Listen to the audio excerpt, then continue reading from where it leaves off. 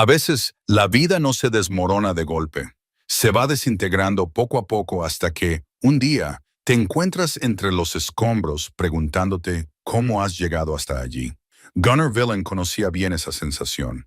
A los 58 años, divorciado y solo tras el fracaso de su negocio de alquiler de barcos, zarpó hacia la remota costa norte de Noruega con la esperanza de que el mar le ayudara a encontrar de nuevo su camino. Sin embargo, una violenta tormenta estrelló su barco contra las rocas de una isla deshabitada del Ártico. Herido y congelado, Gunnar encontró refugio en una vieja cabaña de piedra que no debería haber estado allí. En su interior, debajo del suelo, descubrió $10 millones en bonos al portador de la Guerra Fría, marcados con sellos soviéticos y el nombre de un hombre fallecido, sin señal de teléfono, sin rescate a la vista y con huellas en la nieve que no eran suyas. ¿Qué harías si sobrevivir significara elegir entre una fortuna y tu vida? Antes de continuar, dinos desde dónde nos estás viendo. Y si esta historia te conmueve, suscríbete porque mañana tengo algo muy especial para ti. 3 meses antes de la tormenta que lo cambiaría todo, Gunnar estaba en la oficina vacía de lo que una vez fue su próspero negocio de alquiler de barcos en Tromsø, Noruega. Las paredes aún conservaban los contornos descoloridos de fotografías enmarcadas, 20 años de turistas felices, exitosas expediciones de pesca y cruceros al atardecer por la costa ártica. Ahora no había nada más que polvo y silencio. Los papeles del divorcio estaban en su cartera de cuero, firmados y finalizados 2 semanas antes. 25 años de matrimonio con Ingrid, disueltos en un tribunal en menos de una hora. Sin discusiones dramáticas, sin enfrentamientos finales, solo 2 personas que poco a poco se habían convertido en extraños, de acuerdo en que lo que una vez habían tenido ya no existía. Su hija Astrid, ahora de 26 años y trabajando en Londres, había dejado de devolverle las llamadas después de la separación. No podía culparla. ¿Qué le dices a tu padre cuando ha dejado que todo se desmorone? Gunnar pasó su mano curtida por el escritorio donde había planeado innumerables viajes. A sus 58 años, parecía más viejo de lo que era. Su cabello rubio oscuro estaba salpicado de canas y su rostro estaba marcado por profundas arrugas, fruto de décadas de entrecerrar los ojos para protegerse del sol del norte. Sus manos, fuertes y callosas por años de trabajar con cuerdas y redes, temblaban ligeramente mientras cerraba la puerta de la oficina por última vez. El negocio había fracasado, no por falta de habilidad, sino por el peso de las deudas acumuladas y las malas decisiones. Se había expandido demasiado rápido. Había comprado un segundo barco que no podía permitirse, y cuando el turismo decayó durante la recesión económica, todo se derrumbó como un castillo de naipes. El banco había sido paciente, luego insistente y finalmente definitivo. Los barcos se vendieron en una subasta, se rescindió el contrato de alquiler de la oficina y todo lo que había construido durante 2 décadas desapareció. Su mejor amigo, Bjorn Halvorsen, había intentado advertirle años atrás. Bjorn, de 62 años y con el físico de un pescador que había sido durante 40 años, le había instado a actuar con cautela cuando Gunnar propuso la expansión. El mar provee, pero no es un banco, le había dicho Bjorn una mañana mientras tomaban un café. No pidas préstamos contra la pesca de mañana. Pero Gunnar no le había hecho caso. Estaba tan seguro, tan convencido de que su conocimiento de estas aguas y su reputación le permitirían capear cualquier tormenta. Ahora de pie en el muelle del puerto, viendo cómo la puesta de sol pintaba las aguas del Ártico con tonos dorados y carmesí, Gunnar sentía todo el peso de sus fracasos. El apartamento al que se había mudado después del divorcio era pequeño y frío. Ingrid se había quedado con la casa, su casa, aquella en la que habían criado a Astrid. Era justo, se lo había ganado, aguantando sus largas ausencias, su obsesión por el negocio, su lento alejamiento emocional a lo largo de los años. En su bolsillo, la vieja brújula de latón de su padre le pesaba. Su padre, fallecido hacía ya 10 años, se la había regalado cuando Gunnar tenía 16 años. Cuando te pierdas en el mar, le había dicho su padre, esto siempre te indicará el camino a casa. Pero recuerda, solo puede mostrar la dirección. Tú tienes que decidir seguirla. Su padre había sido un hombre práctico. un oficial de la Marina que había servido durante los años de la Guerra Fría, vigilando la actividad soviética a lo largo de la frontera norte de Noruega. Le enseñó a Gunnar todo sobre estas aguas, sobre cómo interpretar el tiempo, sobre cómo respetar el poder del Ártico. ¿Qué pensaría ahora su padre de él, divorciado, arruinado, a la deriva, a una edad en la que la mayoría de los hombres planeaban jubilarse? Bjorn lo encontró allí mientras el crepúsculo se intensificaba. El anciano llevaba 2 botellas de cerveza y lucía su perpetua expresión de escepticismo preocupado. «Estás meditando otra vez», dijo Bjorn, entregándole una botella. «Eso nunca ha servido de nada. Solo estoy pensando», respondió Gunnar, sobre calcular los tiempos de viaje del Nord. Un último viaje por la costa. Aclarar mi mente antes de hacer una pausa. ¿Antes de qué? No sabía que el Times North Star era su última posesión, un velero pequeño pero robusto de 30 pies que había conseguido conservar al reclamarlo como propiedad personal en lugar de activo empresarial. Era viejo, necesitaba mantenimiento, pero estaba en condiciones de navegar. Y lo más importante, era suyo. Bjorn lo estudió con la atenta mirada de alguien que lo conocía desde hacía 40 años. Habían crecido juntos en Tromsø, pescaban en estas aguas cuando eran adolescentes y habían servido juntos en la Guardia Costera. Bjorn conocía los estados de ánimo de Gunnar mejor que el propio Gunnar. ¿Cuánto tiempo?, preguntó Bjorn. «Unas semanas, quizá un mes. Solo quiero navegar, pensar, averiguar qué viene después». «¿Solo?» «Solo, solo». Bjorn frunció el ceño y las arrugas alrededor de sus ojos se hicieron más profundas. La costa norte. En esta época del año las tormentas se forman rápidamente. Tú lo sabes mejor que nadie. Tendré cuidado. Quédate cerca de la costa. Comprueba el tiempo constantemente. No pienso morir ahí fuera, Bjorn. Pienso recordar por qué me gustaba esto en primer lugar. Bebieron en silencio, viendo cómo se desvanecía la última luz del cielo. La temporada del sol de medianoche había pasado y ahora la oscuridad volvía al Ártico, avanzando un poco más cada día. Pronto sería la noche polar, cuando el sol apenas se elevaba por encima del horizonte. «¿Cuándo te vas?», preguntó Bjorn finalmente. «Dentro de 3 días. En cuanto aprovisione el barco, llámame. Todos los días. No me importa si crees que me molestas llamándome todos los días, Gunnar. Lo haré». Pero ambos sabían que probablemente no lo haría. Gunnar siempre había sido alguien que necesitaba soledad para procesar las cosas, para resolver los problemas en su propia cabeza. El mar siempre había sido su terapeuta, su confesor, su claridad. Los 3 días siguientes pasaron en un torbellino de preparativos. Gunnar abasteció el Times, el North Times, con provisiones, conservas, pescado seco, agua dulce y combustible para el pequeño motor que utilizaría cuando faltara el viento. Revisó el aparejo, probó la radio y trazó un rumbo aproximado que le llevaría a lo largo de la remota costa norte, pasando por islas que rara vez recibían visitantes, a través de aguas que había navegado cientos de veces antes. Astrid llamó la noche antes de su partida. Era la primera vez que hablaban en 6 semanas. «Papá», su voz era vacilante. «Cuidado, Astrid. Me alegro de saber de ti. Bjorn me ha llamado. Me ha dicho que vas a navegar solo». Por supuesto, Bjorn había llamado a su entrometida vieja amiga. «Solo necesito tiempo para pensar», dijo Gunnar. «¿Sobre qué?» «Sobre todo.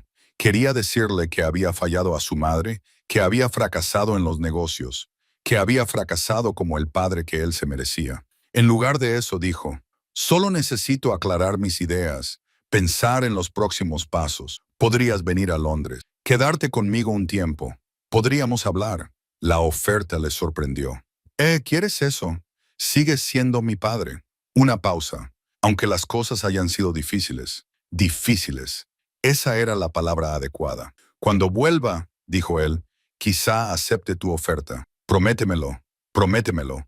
Hablaron durante unos minutos más, con torpeza, pero con sinceridad. Antes de despedirse, Gunnar mantuvo el teléfono en la mano mucho tiempo después de que ella colgara, sintiendo algo parecido a la esperanza por primera vez en meses. Salió del puerto de Tromsø al amanecer con Bjorn de pie en el muelle viéndole partir. El anciano levantó una mano en señal de despedida y Gunnar le devolvió el gesto. El Nord surcó las tranquilas aguas del puerto, con su motor ronroneando suavemente, y luego izó las velas y dejó que el viento le llevara hacia el norte. La primera semana fue exactamente lo que necesitaba. El ritmo de la navegación, los pequeños ajustes constantes, la vigilancia que exigían estas aguas, todo ello le tranquilizaba la mente. Por la noche fondeaba en pequeñas calas, cocinaba comidas sencillas y dormía con el sonido del agua contra el casco. La costa aquí era espectacular, con acantilados escarpados, fiordos estrechos y pequeñas islas que aparecían de repente entre la niebla. De vez en cuando se cruzaba con barcos de pesca e intercambiaba saludos con sus tripulaciones. Vio focas y aves marinas, y una vez un grupo de orcas que emergieron cerca de su proa, con sus enormes aletas dorsales cortando el agua como cuchillos negros. La belleza de todo ello le recordó por qué se había enamorado de esta vida en primer lugar. Pero en la segunda semana, la inquietud volvió a apoderarse de él. Este viaje. ¿A dónde iba? Seguía sin tener ningún plan para su futuro, ningún ingreso, ningún propósito. El mar era hermoso, pero no le ofrecía respuestas. El día 12 se desvió de la ruta prevista y se dirigió más al norte de lo que había planeado, hacia aguas más remotas. Se dijo a sí mismo que solo era una exploración, que solo estaba alargando un poco el viaje. No llamó a Bjorn ese día ni al siguiente. El día 14, el pronóstico meteorológico comenzó a advertir de la formación de un importante sistema de tormentas en el noroeste. Gunnar sabía que debía dar media vuelta y dirigirse a refugiarse en uno de los asentamientos más grandes, pero algo en él se resistía. Ya había capeado tormentas antes. El Nordsterner era un barco sólido. Estaría bien. La brújula de su padre estaba en su sitio habitual, cerca del timón, con el latón reflejando la luz gris de la tarde. Seguía apuntando al norte verdadero, firme y fiable, pero Gunnar ya no la seguía. Seguía otra cosa, una necesidad de seguir adelante para ponerse a prueba y demostrar que aún no estaba acabado. La tormenta lo alcanzó 30 horas más tarde, a 50 millas del puerto más cercano, en aguas que rara vez veían tráfico, y cuando golpeó, lo hizo con una furia que hizo que su confianza anterior pareciera una pura tontería. La primera señal fue el cambio de viento. Gunnar llevaba una hora observando cómo se acumulaban las nubes en el horizonte noroeste, oscuras y pesadas, moviéndose más rápido de lo normal. El barómetro había estado bajando constantemente y ahora el viento giraba repentinamente del noroeste al noreste, con ráfagas tan fuertes que hacían que el Nord se inclinara bruscamente hacia babor. Había esperado demasiado. Lo supo en el momento en que las primeras gotas de lluvia le golpearon la cara, frías y duras como guijarros. Gunnar se apresuró a arriar la vela mayor, luchando contra el viento que intentaba arrancarle la lona de las manos. Las olas crecían rápidamente, transformándose de oleaje ordenado en caóticas montañas de agua gris.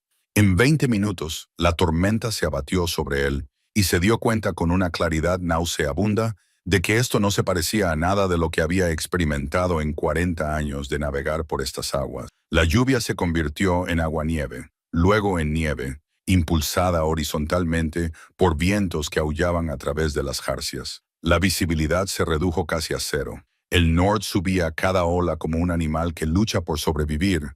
Quedaba suspendido en la cresta y luego se sumergía en el otro lado, en valles tan profundos que el cielo desaparecía. El agua se derramaba sobre la proa con cada descenso, inundando la cabina más rápido de lo que los imbornales podían drenarla. Gunnar enganchó su arnés de seguridad a la línea de seguridad y luchó por avanzar para bajar la vela restante. Sus manos, incluso con guantes gruesos, ya estaban entumecidas. El frío era brutal, penetrante, el tipo de frío ártico que podía matar en cuestión de minutos si te metías en el agua. Luchó para bajar la vela y la amarró con fuerza. Luego regresó al timón, el motor. Necesitaba el motor para mantener el rumbo. Sus dedos medio congelados forcejearon con el encendido. El diésel tosió, petardeó y arrancó. El latido constante bajo sus pies fue tranquilizador durante exactamente 3 minutos, antes de que una ola traicionera los golpeara de costado, haciendo que el barco se inclinara tanto que Gunnar estaba seguro de que volcarían. El agua caía en cascada por la borda. Algo bajo cubierta se estrelló y se rompió. Cuando el Times Nord's Journey Times se hundió, el motor estaba muerto, inundado, probablemente sin tiempo para investigar. Ahora estaba a merced de la tormenta, indefenso, salvo por el pequeño ancla marina que desplegó para mantener la proa apuntando hacia las olas. Las horas se difuminaron. Gunnar había perdido la noción del tiempo.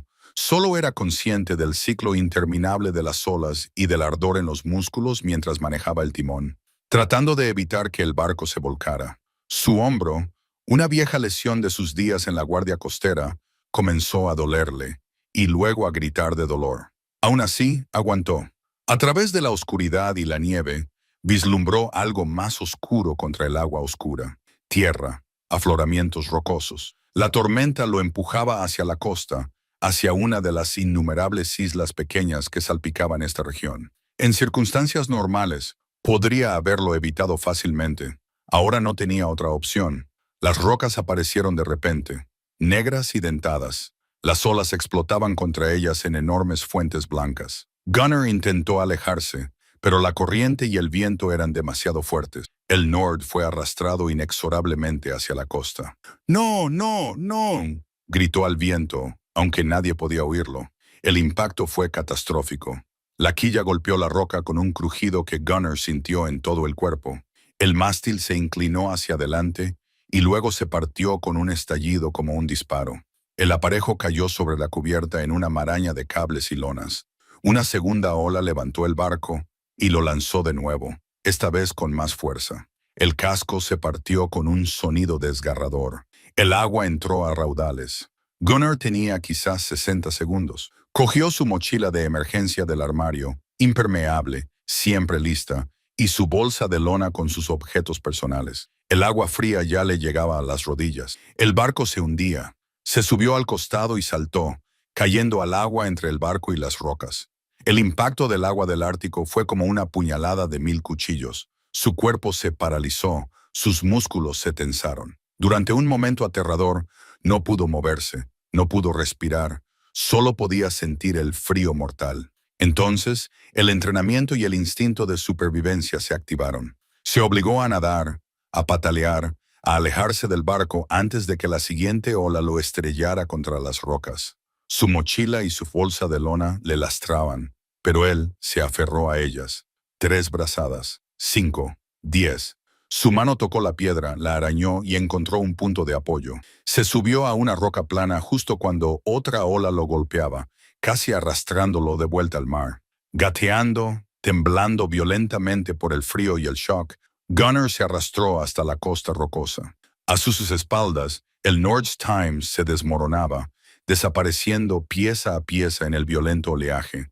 A 20 metros de la orilla se derrumbó, jadeando, con el cuerpo convulsionado por la hipotermia. No podía quedarse allí.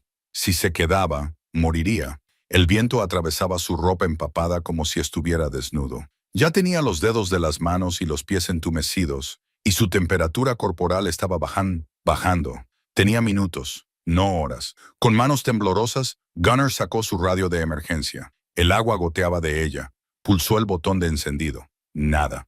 Lo intentó de nuevo. Muerta. El sello impermeable debía de haber fallado con el impacto. Sin radio, sin barco. Nadie sabía exactamente dónde estaba. Se había desviado de su ruta prevista y no había informado de su posición en 3 días. La constatación de su completo aislamiento se apoderó de él como la nieve que caía. Moverse. Tenía que moverse. Encontrar refugio, entrar en calor.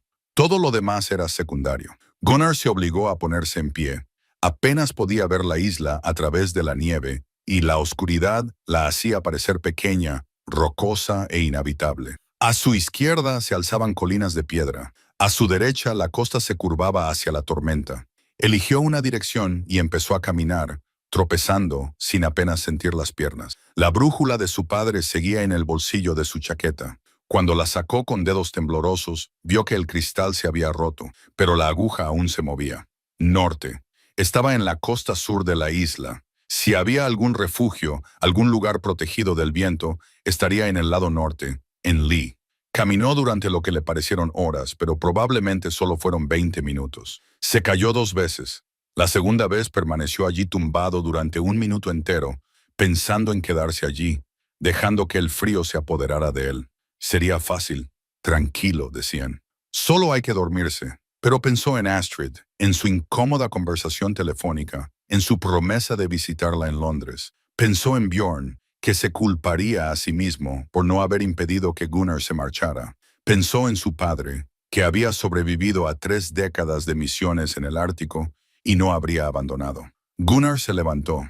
La cabaña parecía un milagro, aunque casi no la veía. Estaba construida en un saliente rocoso, con paredes de piedra que se mezclaban con la formación natural. Solo el rectángulo oscuro de la puerta, ligeramente sobresaliente, la delataba.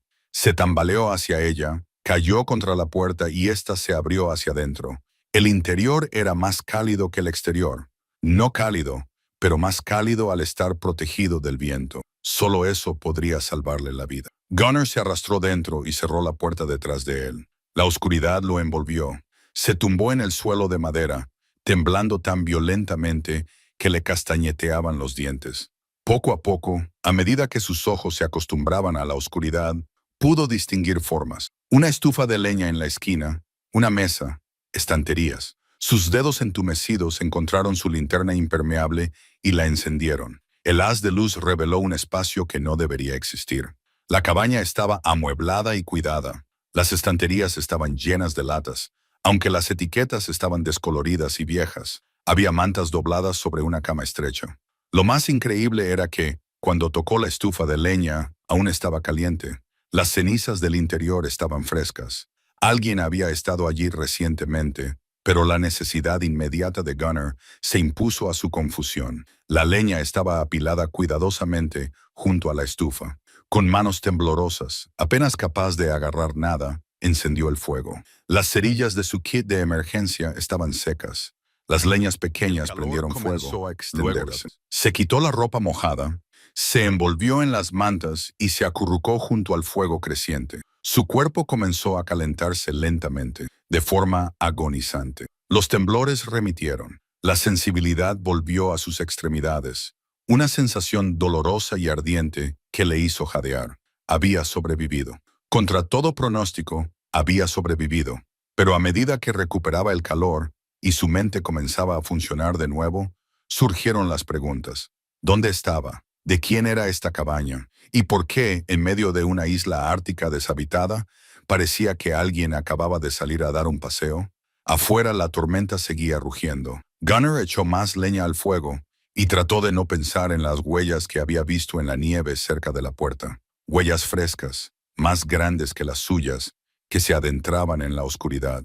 Gunnar se despertó en silencio. La tormenta había pasado, dejando tras de sí una inquietante quietud solo rota por el ocasional goteo del hielo derretido de los aleros de la cabaña. La luz gris de la mañana se filtraba por una pequeña ventana, iluminando las motas de polvo suspendidas en el aire frío. Se incorporó lentamente, con el cuerpo plagado de dolores y molestias. Le dolía el hombro, donde se había lesionado durante el accidente. Tenía las manos en carne viva. Varias uñas se le habían ennegrecido por el impacto, pero estaba vivo, seco y relativamente caliente. El fuego se había reducido a brasas durante la noche.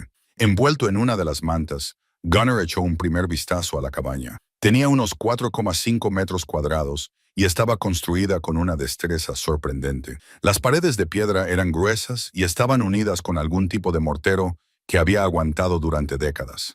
Una única ventana daba al este. La puerta era de madera maciza, desgastada pero intacta. Alguien había construido este lugar para que durara. Las estanterías contenían una extraña colección de suministros, conservas, en su mayoría sardinas, frijoles, leche condensada con etiquetas en noruego, pero que databan de la década de 1980 y principios de la de 1990. Unas cuantas botellas de Aquavit sin abrir, velas, una lámpara de queroseno con combustible, cerillas en una lata impermeable, utensilios básicos de cocina colgados de ganchos en la pared.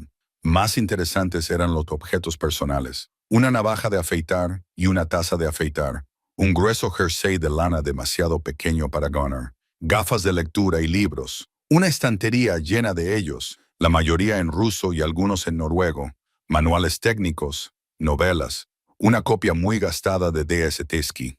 No se trataba de un refugio de emergencia. Alguien había vivido aquí, al menos temporalmente. La pregunta era cuándo y por qué. Gunnar echó leña al fuego y se dispuso a explorar más a fondo. En una caja de madera debajo de la cama, encontró mantas adicionales, un botiquín con suministros antiguos pero posiblemente aún útiles, y una caña de pescar con aparejos. Quienquiera que hubiera abastecido este lugar había planeado un aislamiento prolongado. Fue cuando volvió a colocar la caja en su sitio, cuando se fijó en el suelo. Una tabla cerca de la esquina junto a la estufa de leña estaba ligeramente más alta que las demás. Las vetas de la madera no coincidían del todo. Intrigado, Gunnar se arrodilló y pasó los dedos por el borde. La tabla se levantó fácilmente, revelando un espacio poco profundo debajo. Dentro había una bolsa de cuero, agrietada por el paso del tiempo, pero aún intacta. Su corazón comenzó a latir con fuerza mientras la sacaba. El cuero era de buena calidad, probablemente caro cuando era nuevo. En la parte delantera, descoloridas pero visibles, había dos iniciales grabadas. PK. Gunnar llevó la cartera a la mesa y la abrió con cuidado. Lo que encontró dentro le hizo sentarse pesadamente en la silla de madera. Bonos al portador, montones de ellos. Cada certificado estaba cuidadosamente impreso, con texto en cirílico y sellos de aspecto oficial. El ruso de Gunnar se limitaba a frases básicas aprendidas durante su servicio naval, pero podía entender lo suficiente.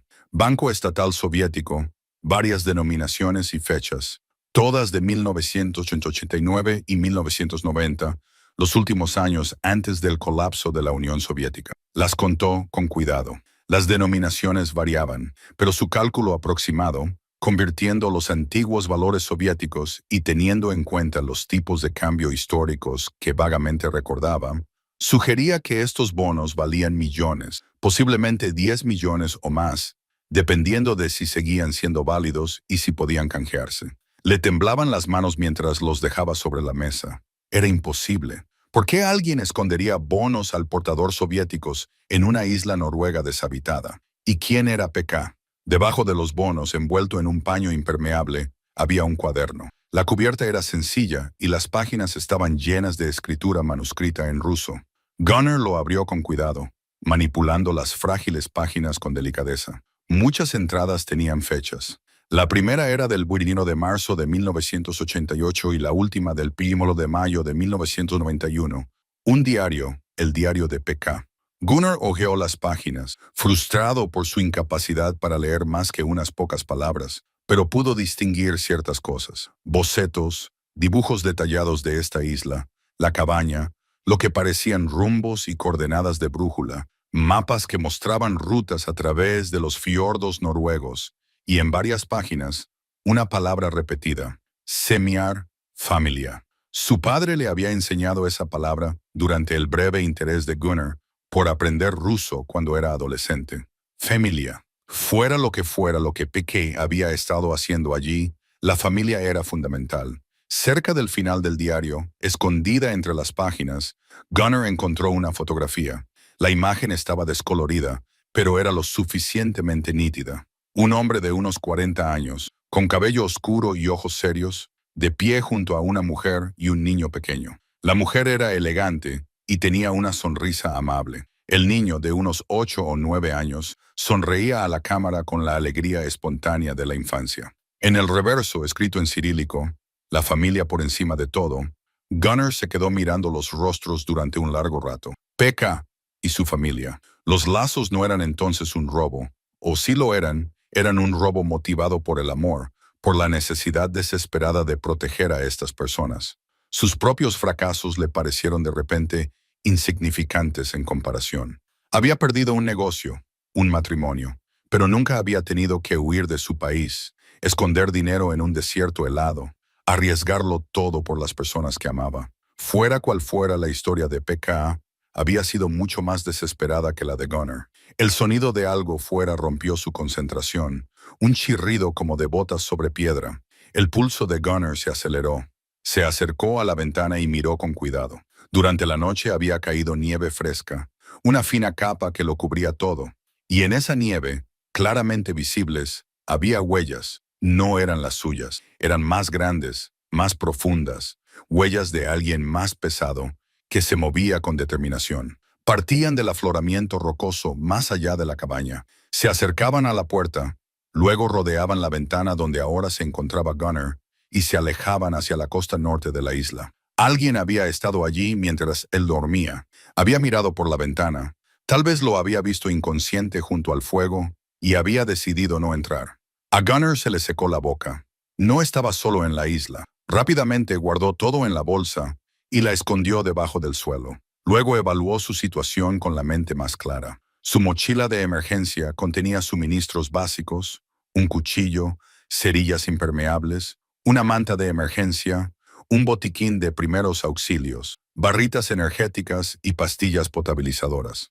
Su bolsa de lona contenía ropa de recambio, la brújula de su padre y algunos objetos personales. No era mucho, pero suficiente para sobrevivir durante un tiempo si tenía cuidado.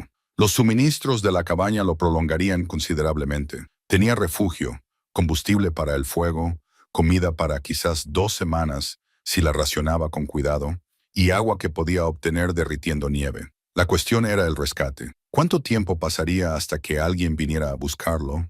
Bjorn daría la alarma cuando Gunnar no se presentara a la siguiente cita, que debería haber sido 2 días antes, pero Gunnar se había desviado de la ruta que había registrado.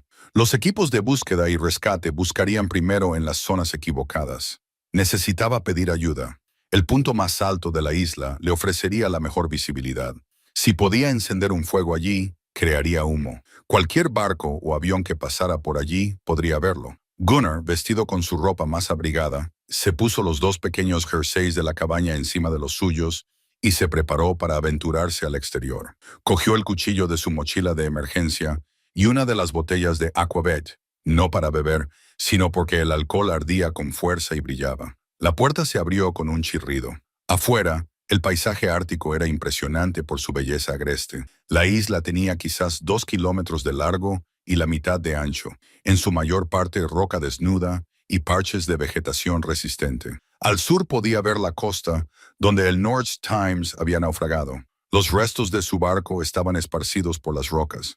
El casco, una carcasa rota que ya estaba siendo reclamada por el mar. Gunnar siguió las huellas, dejando que la curiosidad se impusiera a la precaución. Conducían a través del centro de la isla, pasando por grupos de piedras talladas por el viento, a través de parches de nieve y rocas expuestas. La persona que las había dejado sabía a dónde iba, moviéndose con confianza incluso después de la tormenta. Las huellas terminaban en la costa norte, en una por encima de la línea de marea y cubierta con una lona de camuflaje. Había una pequeña lancha motora, moderna, bien cuidada, con números de matrícula noruegos en la proa. Definitivamente había alguien en esta isla. Alguien que había venido aquí deliberadamente con suministros y equipo. Alguien que sabía de la cabaña probablemente sabía de los bonos ocultos de PK, y ahora sabían de Gunnar. Gunnar se quedó de pie en la playa norte mirando la lancha motora, con la mente barajando posibilidades. Quienquiera que fuera el propietario de esta embarcación tenía los medios para abandonar la isla cuando quisiera. Tenía un motor en funcionamiento, combustible, probablemente equipo de comunicación, y sin embargo lo había dejado solo en la cabaña, no se había dado a conocer, no le había ofrecido ayuda. Eso sugería cautela o algo más oscuro. Consideró la posibilidad de coger la embarcación, simplemente arrancarla y dirigirse al continente, ponerse a salvo e informar de su situación a las autoridades. Pero eso sería un robo y, lo que es más importante, sería una estupidez. No conocía estas aguas lo suficientemente bien como para navegar sin cartas náuticas, y el propietario del barco podía regresar en cualquier momento. Gunnar no quería enfrentarse a una situación así, aislado y herido. En su lugar, memorizó los números de matrícula y volvió a colocar la lona con cuidado, tal y como la había encontrado. Luego siguió una ruta diferente para volver a la cabaña, una que le permitiera ver si alguien le seguía. Nadie lo hacía. La isla permanecía en silencio, salvo por el viento y el lejano romper de las olas. De vuelta en la cabaña, Gunnar recuperó el diario de PK y lo extendió sobre la mesa. Necesitaba comprender en qué se había metido. Utilizando los pocos diccionarios ruso-noruego que encontró entre los libros, junto con sus limitados conocimientos del idioma, comenzó la laboriosa tarea de la traducción. Le llevó horas. Le dolían los hombros y le latía la cabeza, pero persistió. Poco a poco, Una historia emergió de las traducciones fragmentarias. Pota Konstantin P.K. había sido una especie de agente soviético destinado en la región a finales de 1982. Las primeras entradas del diario eran escasas, en su mayoría notas prácticas sobre el tiempo, los suministros y las coordenadas. Pero a medida que avanzaba 1989, el tono cambió. Aparecieron reflexiones personales, dudas, miedos. Una entrada del 1 de octubre de 1989, parcialmente traducida, decía: «El sistema se está desmoronando. Ahora todo el mundo puede verlo, incluso aquellos que se niegan a decir la verdad. ¿Qué futuro le espera a Mikhail en un país que devora a su propio pueblo? Ana se merece algo mejor que este miedo, esta constante mirada por encima del hombro. Ana, la mujer de la fotografía, Miki, el niño». Las entradas posteriores se volvieron más urgentes. PK describía la adquisición de los bonos al portador. El limitado ruso de Gunnar no le permitía captar exactamente cómo, pero la palabra redirigido aparecía varias veces junto con lo que podrían haber sido fondos operativos. PK había robado dinero destinado a operaciones de espionaje y lo había convertido en bonos al portador que podían ser cobrados en cualquier lugar por cualquiera que los poseyera. Una entrada del 1 de marzo de 1990. Los bonos están a salvo. 12 millones de dólares estadounidenses una vez convertidos. Suficiente para 3 vidas. Suficiente para que Ana nunca vuelva a preocuparse. Para que Mikhail pueda asistir a cualquier universidad y ser libre. Esta isla, esta cabaña, mi seguro. Cuando llegue el momento, los traeré aquí. Esperar al contacto. Cruzar a Canadá. Una nueva vida. Los bonos para esa vida. Pero algo había salido mal. Las últimas entradas se volvieron fragmentadas, paranoicas, con referencias a vigilantes y a la exposición. Una entrada del 1 de enero de 1991. ¿Sospechan de quién habló? Ahora hay que actuar con cautela. Ana y Mikhail no pueden saber del peligro. Es mejor que piensen que me he retrasado en el trabajo que aterrorizado. La última entrada, fechada el 3 de mayo de 1991, era breve. Mañana. Mañana llegaré a ellos. Si encuentran este diario y yo no he regresado, sepan que lo intenté. La familia es lo primero. Gunnar se recostó, con el peso de 34 años presionándolo. PK nunca había regresado, nunca había recuperado los lazos, nunca había llevado a su familia a un lugar seguro. Algo lo había detenido, y Gunnar podía imaginar que el sistema soviético, incluso en sus últimas, no veía con buenos ojos a los desertores que robaban millones. La fotografía parecía mirarlo fijamente desde la mesa. Ana y Mikhail, congelados en ese momento de 1989 sin saber lo que les deparaba el futuro. ¿Seguían vivos? ¿Se habían enterado alguna vez de lo que le había pasado a Pota?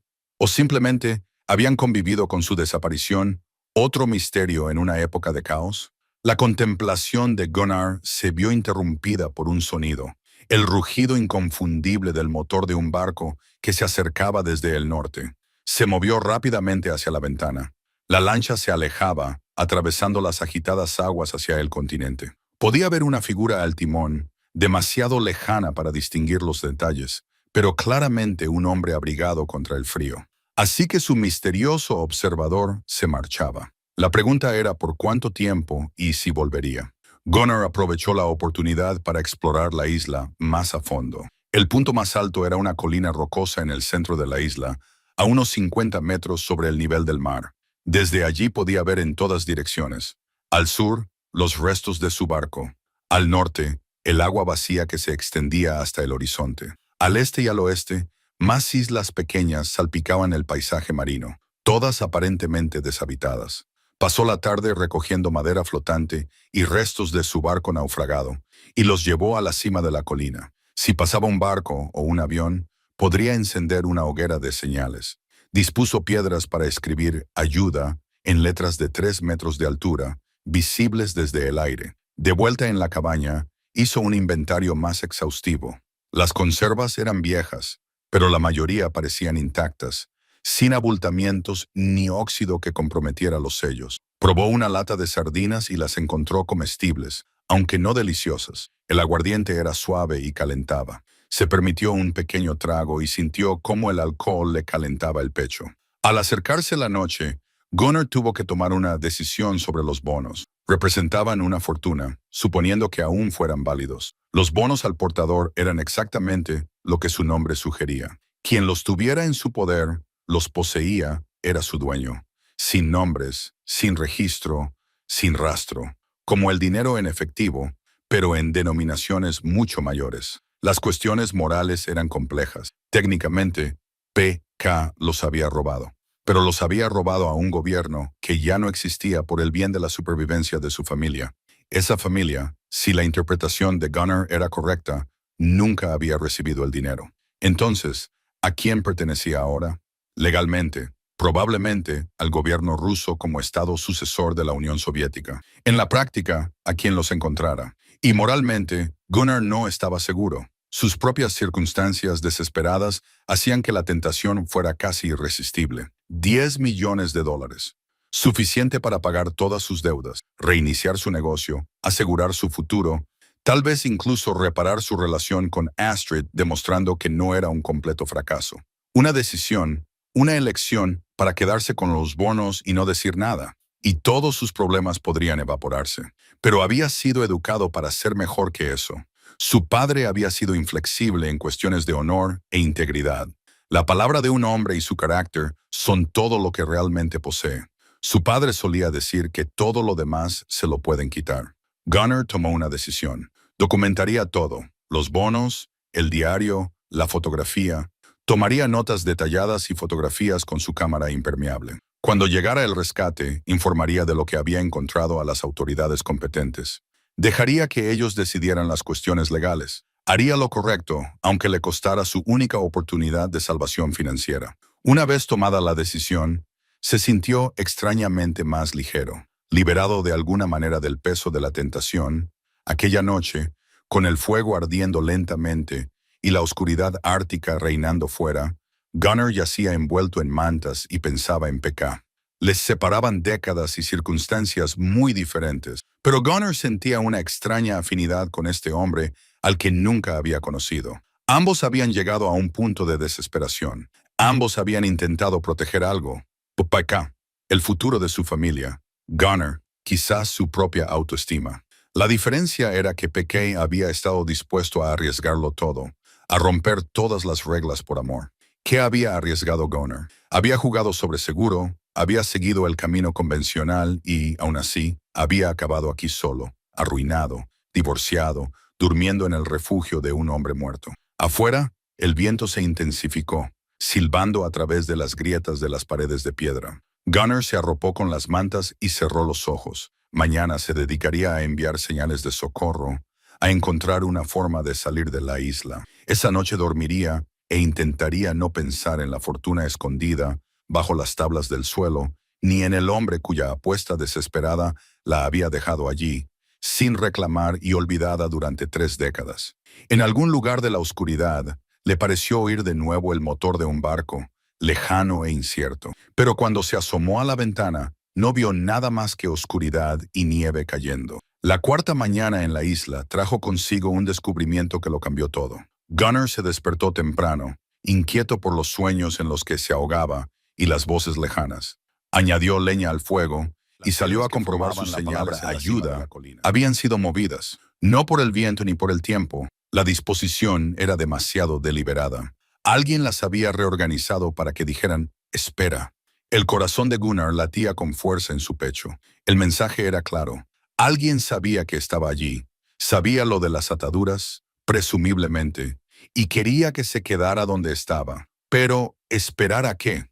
¿Al rescate o a otra cosa? Oteó el paisaje rocoso de la isla, pero no vio a nadie. La lancha motora seguía sin aparecer en la playa norte, donde había mirado antes. Sin embargo, alguien había estado allí durante la noche, acercándose lo suficiente a la cabaña como para subir a la colina y reorganizar su señal. De vuelta adentro, Gunnar examinó la cabaña con más detenimiento. No parecía haber nada alterado, pero había un objeto nuevo sobre la mesa que definitivamente no estaba allí la noche anterior. Una moderna barrita energética de una marca noruega con fecha de fabricación de hacía 2 meses. Alguien la había dejado para él. ¿Un gesto de qué? ¿De buena voluntad? ¿Una advertencia de que podían entrar en cualquier momento? Las implicaciones eran inquietantes. Quienquiera que lo estuviera vigilando tenía suministros, movilidad y, al parecer, la habilidad de moverse con tanto silencio que Gunnar, que tenía el sueño ligero tras años de navegar, no lo había oído acercarse. Gunnar pasó la mañana fortificando su posición. Instaló un sencillo sistema de alarma, utilizando hilo de pescar de los suministros de la cabaña y algunas latas vacías, colocándolo a lo largo de los accesos a la puerta. Mantuvo a mano el atizador de hierro de la estufa de leña. No era gran cosa como arma, pero era mejor que nada. Y trasladó las ataduras de debajo del suelo a un escondite mejor dentro de la pila de leña que había afuera, envueltas en material impermeable de su kit de emergencia. La radio que intentó reparar con herramientas que encontró en la cabaña seguía sin funcionar, lo cual era frustrante. El daño causado por el agua había sido demasiado grave. Sin ella no tenía forma de pedir ayuda, ni de hacer saber a nadie dónde estaba. Hacia el mediodía, mientras derretía nieve para obtener agua, Gunnar oyó un sonido que lo dejó paralizado. Voces lejanas, pero sin duda humanas, que hablaban noruego. Se acercó a la ventana y vio dos figuras en la costa este, examinando algo en las rocas. Una de ellas parecía estar tomando fotografías. Su primer instinto fue salir corriendo, gritar pidiendo ayuda, señalar que necesitaba ser rescatado, pero algo lo detuvo. Las figuras se movían con precisión militar, metódicas y cautelosas. No eran pescadores ni granjeros ocasionales que habían llegado a la isla por casualidad. Estaban buscando algo. Gunnar observó a través de la ventana cómo se acercaban a la cabaña. Ambos llevaban ropa impermeable oscura, mochilas y se movían como profesionales. Cuando estaban a unos 100 metros de distancia, uno de ellos sacó lo que parecía un dispositivo portátil, posiblemente un GPS o algún tipo de detector. Sabían de la cabaña. La estaban buscando específicamente. Gunnar se alejó de la ventana, con la mente a 1000 por hora. Si se tratara de las autoridades, la policía o la guardia costera, ya habrían llamado o se habrían identificado. Su sigilo sugería otra cosa. Cogió su chaqueta y se deslizó por la ventana trasera, la única abertura en el lado oeste de la cabaña, pequeña pero transitable. El frío lo golpeó de inmediato, pero lo ignoró y se movió rápidamente para poner el afloramiento rocoso entre él y los buscadores. Desde una posición oculta a 30 metros de la cabaña, Gunnar observó cómo los dos hombres llegaban a la puerta. No llamaron. Uno revisó el perímetro mientras el otro forzaba la cerradura con movimientos eficientes. Entraron y Gunnar pudo ver los haces de luz de las linternas moviéndose en el interior a través de las ventanas. Estaban registrando de forma sistemática y minuciosa, buscando los bonos, obviamente. Pero, ¿cómo lo sabían? ¿Y quiénes eran? Los hombres salieron después de unos 10 minutos, uno de ellos hablando por un teléfono satelital en noruego. Gunnar captó fragmentos de la conversación. No hay nada dentro. No hay rastro de los bonos. El sujeto debe tenerlos. Continuar la vigilancia. El sujeto. Se referían a él. Los hombres se dirigieron hacia el norte, de vuelta al lugar donde había estado la lancha motora. Gunnar esperó hasta que desaparecieron de su vista y luego volvió a la cabaña desde la dirección opuesta. Su sistema de alarma había sido burlado con profesionalidad. El hilo de pescar estaba cortado limpiamente, las latas retiradas y apartadas. En el interior todo parecía normal a primera vista, pero Gunnar pudo ver los sutiles indicios de su búsqueda. La tabla del suelo que había levantado estaba ligeramente más elevada que antes. Los libros se habían movido ligeramente en sus estanterías. Incluso su bolsa de lona mostraba signos de haber sido examinada minuciosamente, pero no habían encontrado nada porque los bonos no estaban allí. Gunnar los recuperó de la pila de leña y se sentó a la mesa tratando de pensar con claridad. Varias personas sabían de la existencia de esta isla, del dinero de PK, el primer vigilante que había dejado la barrita energética y cambiado su señal. Ahora estos dos buscadores, profesionales y organizados, ¿cuántos otros podría haber por ahí? Necesitaba comprender mejor la historia de PK. Tenía que haber algo en el diario que explicara por qué, 34 años después, la gente seguía buscando esos bonos. Gunnar pasó la tarde trabajando intensamente en la traducción, superando su limitado vocabulario ruso con la ayuda de los diccionarios. Surgió un patrón que se le había escapado antes. PK no había sido un agente cualquiera. Había participado en operaciones financieras, moviendo dinero para las agencias de inteligencia soviéticas. Los bonos no eran fondos operativos en el sentido habitual. Formaban parte de una suma mucho mayor, tal vez cientos de millones que habían desaparecido durante el colapso de la Unión Soviética. Una entrada del 1 de febrero de 1991. Buscarán eternamente. 12 millones no son nada comparados con lo que desapareció. Pero cada hilo conduce a algún sitio. Debo borrar mis huellas por completo. La solución de la isla es la mejor. Remota, olvidada, sin marcar en ningún mapa actual. Después de trasladar a Ana y Mikhail, volveré, recuperaré los bonos y desapareceremos por completo. Así que PK había formado parte de un enorme escándalo financiero o robo y sus 12 millones eran solo una pequeña parte que explicaba el continuo interés. Si se podían rastrear los bonos, podrían conducir a la gran fortuna desaparecida. O tal vez otros, que sabían de las operaciones financieras de la era soviética, simplemente querían reclamar las piezas que quedaban. De cualquier manera, Gunnar ahora tenía en sus manos pruebas que personas peligrosas deseaban con todas sus fuerzas. Al acercarse la noche, vio regresar la lancha motora que atracó en la playa norte. Esta vez, una figura se movía con un propósito familiar hacia la cabaña. Gunnar se colocó junto a la puerta, con el atizador en la mano, listo para la confrontación. El hombre llamó 3 veces con fuerza, al menos por cortesía. «Sé que estás ahí dentro», dijo el hombre en noruego, con voz áspera pero no amenazante. «Tenemos que hablar. No vengo a hacerte daño». Gunnar no dijo nada. Esperó. «Me llamo Christian. Conocí a Pota Constantin. Le ayudé a montar este refugio en 1989. Soy quien te dejó la barrita energética. ¿Quién cambió tu señal para ganarnos tiempo?» «¿Gana tiempo para qué?», respondió Gunnar. «Para averiguar si eres de la inteligencia rusa, de la policía noruega o simplemente el marinero más desafortunado del Ártico». A pesar de la tensión, Gunnar casi se echó a reír. «Si es lo tercero, entonces tenemos un problema, porque los hombres que estaban aquí hoy, del FSB, el Servicio Federal de Seguridad ruso, volverán con más gente y más equipo. Saben que alguien ha encontrado el dinero y no se irán hasta que lo tengan». Gunnar apretó con fuerza el atizador. «¿Por qué debería creerte? Porque si hubiera querido llevarme los bonos, podría haberlo hecho hace 3 noches, mientras estabas inconsciente junto al fuego. Podría haberlos cogido y haberte dejado morir de frío, y nadie lo habría sabido nunca. En cambio, he estado vigilando, tratando de protegerte precisamente de lo que está pasando ahora». Hubo un largo silencio. Entonces Christian añadió: «Se lo debo a Pota. No pude salvarlo a él ni a su familia hace 34 años. Quizás pueda salvarte a ti, pero tienes que confiar en mí y tenemos que actuar rápido. Volverán esta noche con equipos de imagen térmica. Te encontrarán y harán lo que sea necesario para conseguir esos bonos». Gunnar consideró sus opciones. Quedarse atrincherado y esperar a que el FSB lo abrumara. Intentar escapar solo, sin barco y sin conocer estas aguas. O arriesgarse con este desconocido que decía ser amigo de un agente soviético fallecido. La brújula de su padre aún estaba en su bolsillo, presionada contra sus costillas, un recordatorio de que a veces había que elegir una dirección y comprometerse, incluso sin tener toda la información. Gunnar abrió la puerta.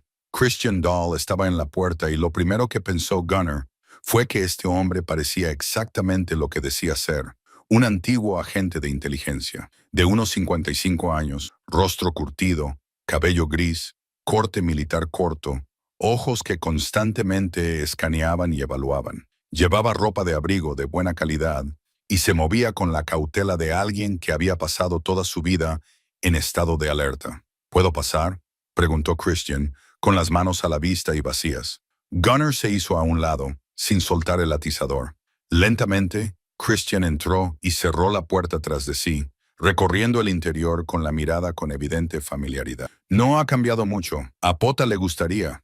Construyó este lugar para que durara durante 3 años, aunque oficialmente estábamos en bandos opuestos». Christian se acercó a la mesa y se sentó sin pedir permiso, con un gesto que, de alguna manera, no resultaba amenazador. «Yo era del KGB, destinado en el norte de Noruega durante los últimos años, principalmente contrainteligencia. Pota era del GRU, inteligencia militar. Teníamos lo que se podría llamar un acuerdo». Gunnar permaneció de pie, escéptico y comprensivo. En 1988 ambos sabíamos que el sistema soviético estaba acabado. La cuestión no era si se derrumbaría, sino cuándo y qué pasaría con gente como nosotros cuando lo hiciera. Pota tenía una familia a la que quería más que a la ideología. Yo tenía deudas con personas que me habían mostrado amabilidad cuando no la merecía. Nos ayudamos mutuamente a prepararnos para lo inevitable, robando $12 millones. La expresión de Christian no cambió. Poto redirigió fondos que ya eran dinero robado destinado a sobornar a funcionarios noruegos para financiar operaciones moralmente corruptas. Lo convirtió en bonos al portador y lo trajo aquí, a esta isla. Yo le ayudé a establecer este refugio. Me aseguré de que estuviera abastecido y fuera seguro. El plan era sencillo. Cuando llegara el momento, sacaría a su familia, los traería aquí temporalmente y luego los trasladaría a Canadá utilizando los contactos que yo había conseguido. ¿Qué salió mal? Todo. Christian bajó la voz. En marzo de 1991, alguien en Moscú detectó irregularidades en las cuentas. Comenzaron una investigación. Pota sabía que tenía que actuar de inmediato, pero su familia estaba en Murmansk y él en Oslo. Tenía una oportunidad, una única ventana en la que podía llegar hasta ellos y sacarlos de allí. Gunnar se sentó frente a él, con el atizador apoyado ahora en la mesa.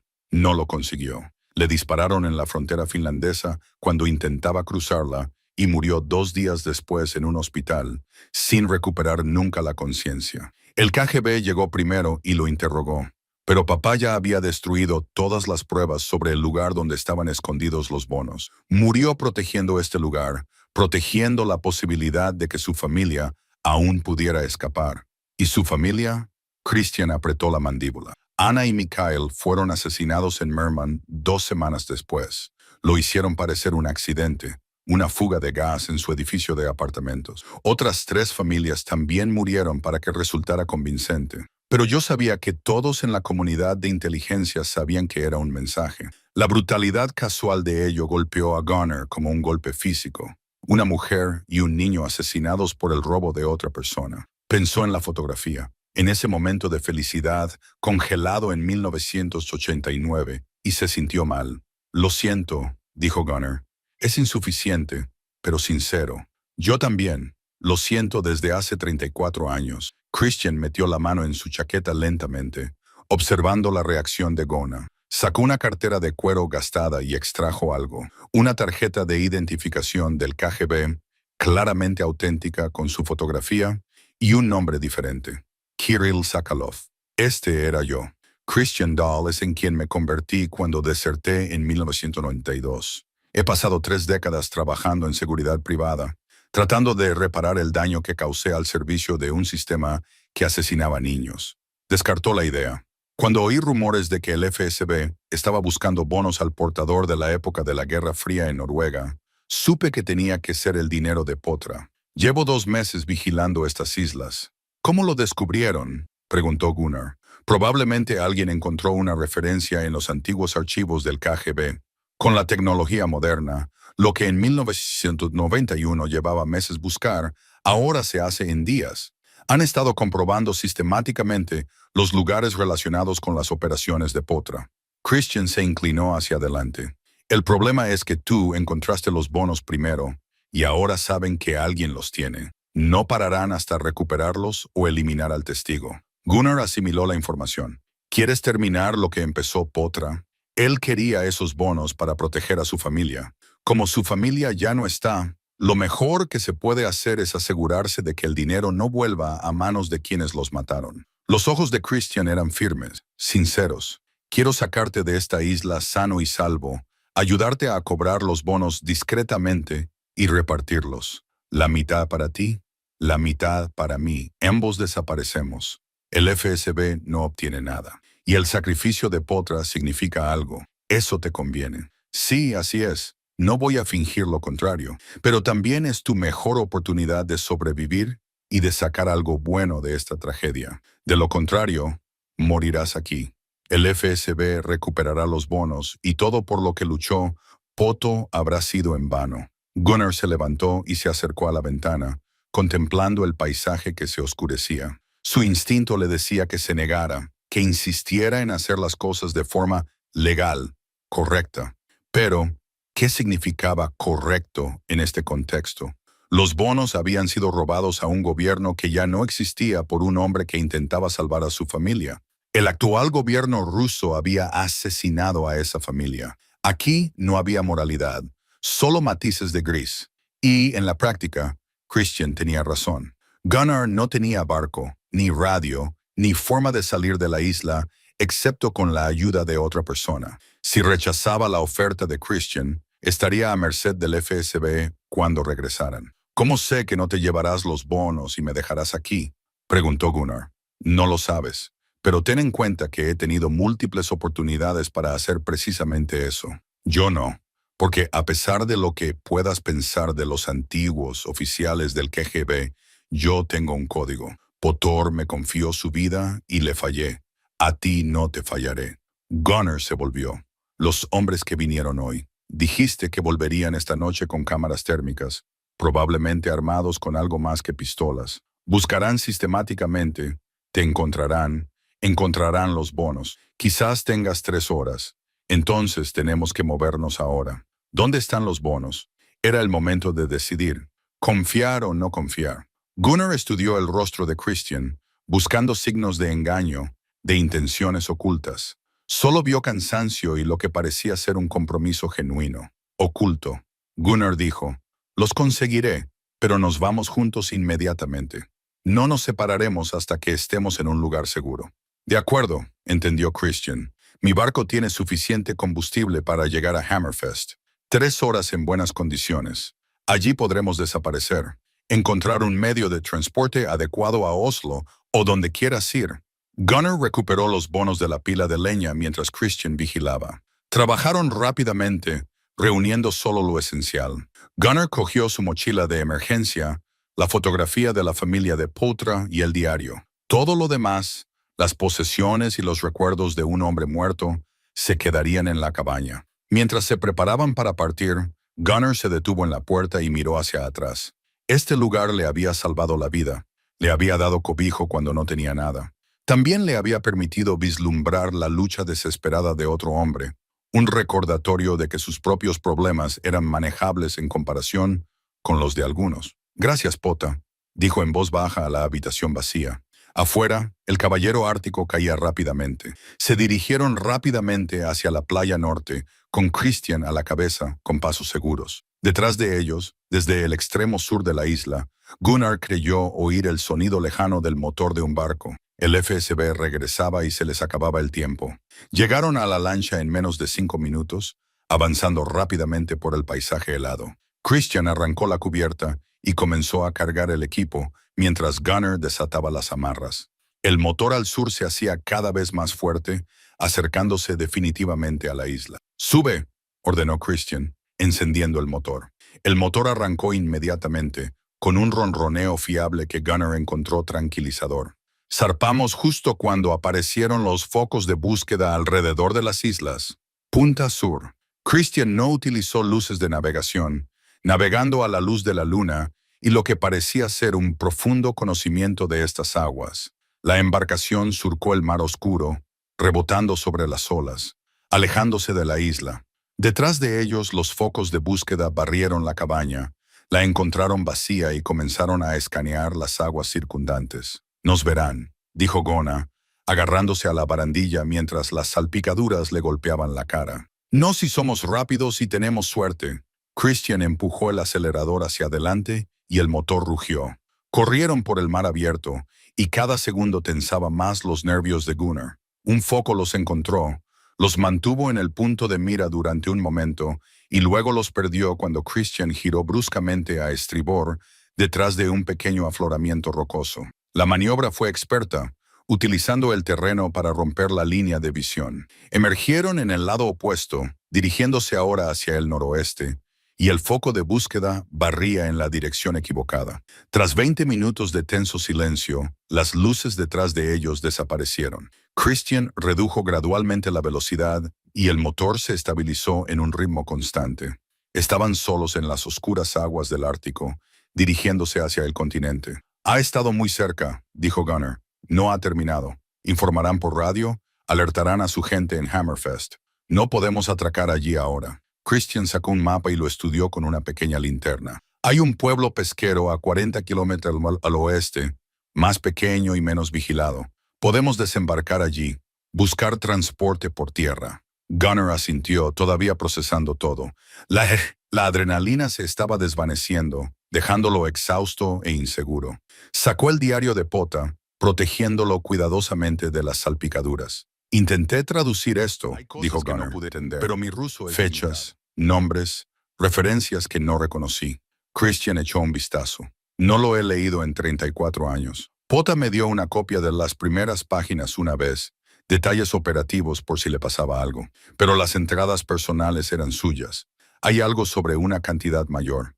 Menciona 12 millones como parte de algo más grande. Christian se quedó callado durante un largo rato, navegando por las oscuras aguas. Finalmente dijo que Pillota formaba parte de una unidad especial que gestionaba operaciones financieras, sobornos, blanqueo de dinero y financiación para agentes. En 1990 y 1991, cuando la Unión Soviética se estaba derrumbando, desaparecieron aproximadamente 300 millones de dólares de varias cuentas. Los 12 millones de Pota eran una fracción de eso. ¿Qué pasó con el resto? Nadie lo sabe. Diferentes agentes se llevaron diferentes cantidades. Algunos fueron capturados, otros desaparecieron y otros fueron asesinados. El dinero se dispersó por una docena de países y se convirtió en diversos instrumentos. Probablemente, parte de él siga en cuentas bancarias olvidadas. Los 12 millones que se llevó Pota eran únicos porque los convirtió en bonos al portador, portátiles, anónimos y, en teoría, aún válidos. Gunnar asimiló esto. Así que el FSB no solo busca los bonos, buscan cualquier pista que pueda conducir a la gran fortuna desaparecida. Exactamente. Si pueden rastrear los bonos de Pillota, podrían encontrar conexiones con otros agentes, otros fondos. Para ellos no se trata de 12 millones, se trata de potencialmente cientos de millones. Christian tenía una expresión sombría. Por eso están dispuestos a matar por ello. Viajaron en silencio durante otra hora, mientras el continente se acercaba poco a poco, una masa oscura contra el cielo ligeramente menos oscuro. Gunnar aprovechó el tiempo para procesar todo, para considerar sus opciones. Los bonos envueltos en material impermeable y a salvo en su mochila representaban tanto la salvación como el peligro. Con ellos, podría reconstruir su vida. Sin ellos, no era más que un marinero náufrago que se había topado con algo que le superaba con creces. ¿Qué es lo que realmente quieres con esto?, preguntó Gunnar de repente. La verdad, no la historia de dar sentido al sacrificio de Potor. Christian no respondió de inmediato. Cuando lo hizo, su voz transmitía un cansancio genuino. Quiero dejar de huir. Durante 30 años he sido Christian Dahl, consultor de seguridad, exagente del KGB, convertido en activo de la inteligencia occidental. He hecho favores a una docena de gobiernos. Me he hecho lo suficientemente útil como para mantenerme vivo y libre. Pero estoy cansado, Gunnar. Tengo 56 años. No tengo familia, ni hogar, ni descanso. 5 millones de dólares me permitirían desaparecer como es debido, comprar un lugar tranquilo, en algún sitio cálido y vivir mis últimos años en paz. Y yo, lo mismo. Si eres inteligente, coge tus 5 millones, paga tus deudas, asegura el futuro de tu hija y luego desaparece. Cambia de nombre, múdate a algún sitio donde el FSB no te busque. Empieza de nuevo. No es lo ideal, pero es sobrevivir. Ya intenté empezar de nuevo. Así es como terminé en esa isla. Christian sonrió levemente. Entonces tal vez esta vez puedas empezar de nuevo con mejores recursos económicos. El pueblo apareció delante, un puñado de luces a lo largo de una cala protegida. Christian apagó el motor antes de tiempo, dejando que el impulso los llevara hacia la orilla. Atracaron en una franja rocosa a 1 kilómetro del asentamiento principal, tirando del bote más allá de la línea de marea. Caminaremos desde aquí, dijo Christian. Buscaremos un camión que se dirija al sur y pagaremos por el viaje. Mañana por la noche podremos estar en Oslo. Recogieron sus pertenencias y comenzaron a caminar. El frío era intenso y atravesaba las capas de ropa de Gunnar. Su hombro lesionado le dolía con cada paso, pero le sentaba bien moverse después de pasar días atrapado en la isla, y la tierra firme bajo sus pies le tranquilizaba. A mitad de camino hacia el pueblo, Christian se detuvo de repente. «Alguien nos sigue». Gunnar se giró, pero solo vio oscuridad. «¿Estás seguro?» «Muy seguro». Christian llevó la mano a su chaqueta. «Quédate detrás de mí». Esperaron y poco a poco Gunnar también lo oyó. Pasos, cautelosos pero claros. Una figura emergió de la oscuridad, con las manos levantadas en señal de paz. Una mujer de unos 40 años, vestida con ropa de montaña y con una mochila a la espalda. «No disparen», dijo en noruego, con voz tranquila. «Me llamo Sve Anderson. Soy periodista del Aftenposten y llevo 3 años investigando delitos financieros de la Guerra Fría. Sé quién eres, Christian, y sé lo que llevas». Christian ya tenía la pistola en la mano, sin apuntarla hacia ella, pero lista. «¿Cómo nos has encontrado?» «Llevo meses siguiendo los movimientos del FSB en Noruega. Cuando empezaron a concentrar sus recursos en las islas del norte, supe que allí había algo importante. Vi salir tu barco y lo seguí a distancia». Bajó ligeramente la mano. «No soy tu enemiga. Quiero la historia, no el dinero». «La historia nos matará», dijo Christian. «Solo si huyes. Y si no lo hicieras». Sve se acercó, con expresión intensa. «¿Y si en lugar de cobrar los bonos en silencio, lo exponemos todo? El robo original, los asesinatos de la familia de Pota, las operaciones actuales del FSB en suelo noruego. Hazlo público, hazlo a lo grande. No pueden matarte si todo el mundo está mirando». Gunnar sintió que algo cambiaba en su forma de entender las cosas. «Eso es una locura. FSB no le importa la publicidad. Les importan las relaciones internacionales. Noruega es miembro de la OTAN. Si esto se convierte en un incidente diplomático, con agentes rusos operando ilegalmente y asesinando a civiles hace décadas, Moscú tendría que repudiarlos. La propia exposición te protegería». Christian bajó ligeramente el arma. «O estaríamos pintando blancos sobre nosotros mismos. Ya tienes blancos sobre ti. De esta manera, al menos controlas la narrativa». SBG miró entre ellos. «Lo he documentado todo. Las operaciones del FSB, el rastro financiero, las conexiones con la inteligencia rusa actual. Todo lo que necesito es la pieza final, los bonos en sí, el diario, tu testimonio. Con eso, puedo dar a conocer una historia que resonará en toda Europa». Gunnar miró a Christian. El rostro del hombre mayor era indescifrable, calculando probabilidades y ángulos que Gunnar no podía ver. «Hay otra opción», dijo finalmente Christian. Sacó su teléfono, hizo una llamada y habló brevemente en ruso. Cuando colgó, su expresión era diferente, más dura, decidida. Era el FSB. «Les dije dónde estamos y que tengo los bonos». A Gunnar se le heló la sangre. «¿Qué?» «Lo siento, Gunnar, pero 5 millones ya no son suficientes. El FSB ofrece 20 millones por los bonos y el diario. Transferencia inmediata en efectivo». Sin preguntas, Christian levantó la pistola y apuntó directamente al pecho de Gunnar. «Realmente me gustaba Pota, pero lleva muerto 34 años y tengo que pensar en mi propia supervivencia». Gunnar miró fijamente el arma apuntando a su pecho, con la mente luchando por asimilar la traición. Todo lo que Christian había dicho, cada gesto de confianza y propósito compartido, había sido manipulación, una estafa desde el principio. 20 millones, dijo Gunnar en voz baja. «Eso es lo que vale mi vida para ti. No seas dramático. No voy a matarte a menos que me obligues a hacerlo. Una vez que tengan los bonos y el diario, no necesitan que mueras, solo que te calles». La voz de Christian era objetiva, casi apologética. «Te despertarás en un hospital dentro de unos días con una historia sobre cómo te rescataron después del naufragio de tu barco. Tus recuerdos serán confusos debido a la hipotermia. Volverás a casa y reconstruirás tu vida con el dinero del seguro de tu barco. En realidad es mejor para ti así». Sve no se había movido, observando la escena con ojos calculadores. «Estás cometiendo un error, Christian. El FSB no nos dejará marchar a ninguno de los dos. Somos testigos. Tú nos seguiste. Ese es tu problema, no el mío». Christian hizo un gesto con la pistola. «Gunnar, quítate la mochila». Despacio. La mente de Gunnar se aceleró. La mochila lo contenía todo. Los bonos, el diario, la fotografía de Pota. Sin ella no tenía ninguna ventaja, ninguna prueba, nada. Pero con la pistola de Christian apuntándole, no tenía otra opción. Empezó a quitarse la mochila, moviéndose lentamente como le habían indicado. Entonces SBG se movió con rapidez y profesionalidad, acortando la distancia entre ella y Christian con 2 pasos rápidos. Su mano golpeó la muñeca de él, desviando la pistola de su objetivo. El arma se disparó, y el tiro resonó con un ruido increíblemente fuerte en la noche ártica. La bala desapareció en la oscuridad. Gunnar no dudó.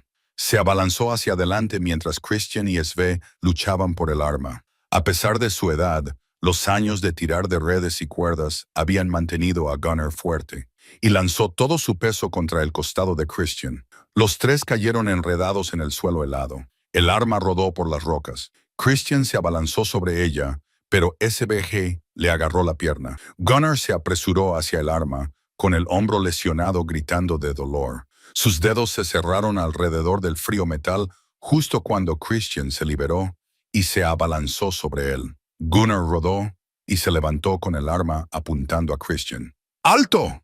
Christian se quedó paralizado, respirando con dificultad, calculando. Durante un largo momento, nadie se movió. Luego, lentamente, con cuidado, levantó las manos. Inteligente, dijo, pero dispararme no resuelve tu problema. El FSB sabe aproximadamente dónde estamos. Llegarán pronto, en 15 o 20 minutos. Y tú sigues necesitando una forma de salir de esta costa. SBG se puso de pie, sacudiéndose la suciedad y el hielo de la ropa. Tengo un coche a 2 kilómetros por la carretera. ¿Podemos llegar antes de que llegue el FSB si nos preguntó Gunnar? La pistola seguía apuntando a Christian, porque, a diferencia de él, yo te dije exactamente lo que quería desde el principio. La historia, nada más. Sacó su teléfono y le mostró la pantalla, una aplicación de grabación que había estado funcionando. Lo he documentado todo, incluida su traición. Eso es una ventaja. El FSB no puede simplemente hacer desaparecer a la gente cuando hay pruebas, grabaciones, un rastro documental. Christian se rió con amargura. Eres ingenua si crees que las grabaciones los detendrán. Confiscarán tu teléfono, destruirán las pruebas y lo llamarán una investigación de rutina. No si ya lo he subido a servidores seguros con interruptores de hombre muerto. Si no lo compruebo cada 6 horas, todo se hará público automáticamente. La expresión de Solve era feroz, decidida. Llevo 3 años preparándome para esta historia. ¿Crees que no he planeado exactamente este escenario? Gunnar tomó una decisión. Mantuvo el arma apuntando a Christian, pero habló con Solve. ¿Tu coche? ¿A qué distancia exactamente? A 20 minutos andando. Quizás a 15 si corremos. Entonces corremos, pero él viene con nosotros. Gunnar señaló a Christian con el arma. Si viene el FSB, quiero una baza con la que negociar. Se movieron rápidamente a través de la oscuridad. Christian iba delante, donde Gunnar podía vigilarlo. Solvage iba delante con una linterna. El frío era brutal. Les robaba el aliento y les entumecía la piel expuesta. Las piernas de Gunnar ardían por el esfuerzo. Su cuerpo había superado los límites razonables tras días de supervivencia y estrés. Detrás de ellos, cada vez más cerca, se oía el ruido de vehículos, múltiples motores, pesados y rápidos. El equipo de respuesta del FSB bajaba por la carretera de la costa. Más rápido, instó Salve, echando a correr. Subieron por una pendiente rocosa. Christian tropezó una vez y casi se cae antes de que Gunnar lo agarrara por la chaqueta y lo tirara hacia adelante. Fuera lo que fuera ese hombre, seguía siendo su única conexión con los arados. La historia completa. La única persona que podía corroborar la historia de Potra y los asesinatos que siguieron. El coche de SBG apareció delante.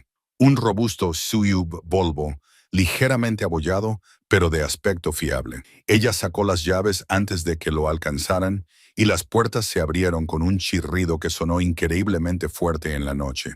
«Rápido», ordenó. Se amontonaron en el interior. Christian en la parte trasera con Gunnar a su lado, todavía con el arma en la mano. Sveg arrancó el motor y se adentró en la accidentada carretera costera sin encender los faros, navegando a la luz de la luna y de memoria.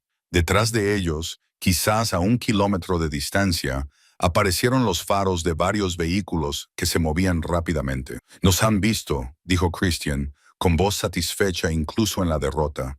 «No puedes escaparles. No con esto». «Mírame», dijo Sve. Aceleró y el motor del Volvo rugió.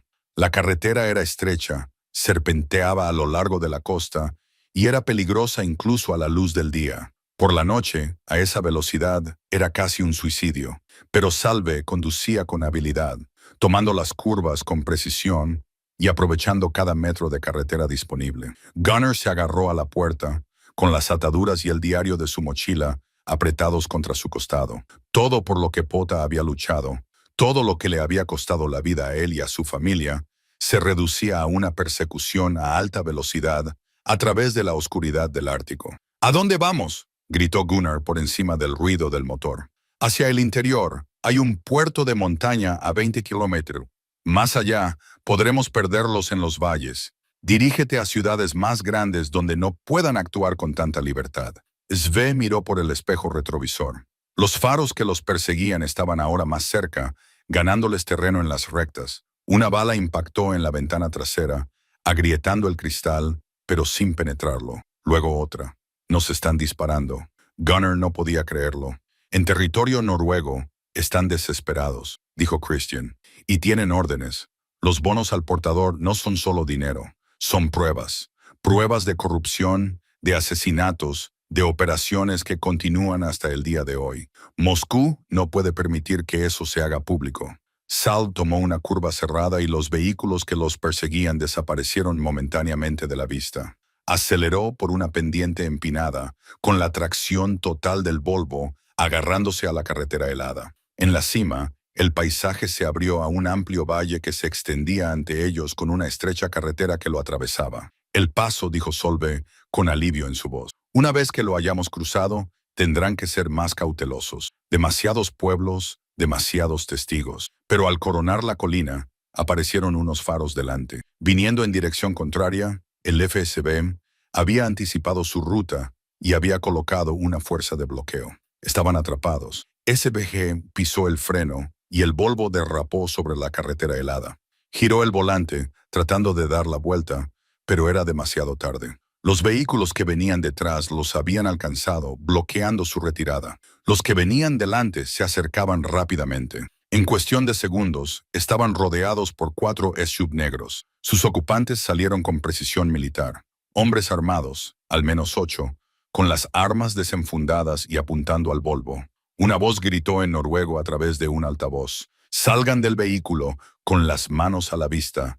No les haremos daño si obedecen». Gunnar miró a SBG, luego a Christian y luego al arma que tenía en la mano. Todas las opciones conducían al mismo lugar. Captura, interrogatorio y probablemente muerte una vez que hubieran entregado los bonos y el diario. ¿Y ahora qué?, preguntó en voz baja. SBG tenía las manos apretadas sobre el volante, el rostro pálido, pero decidida.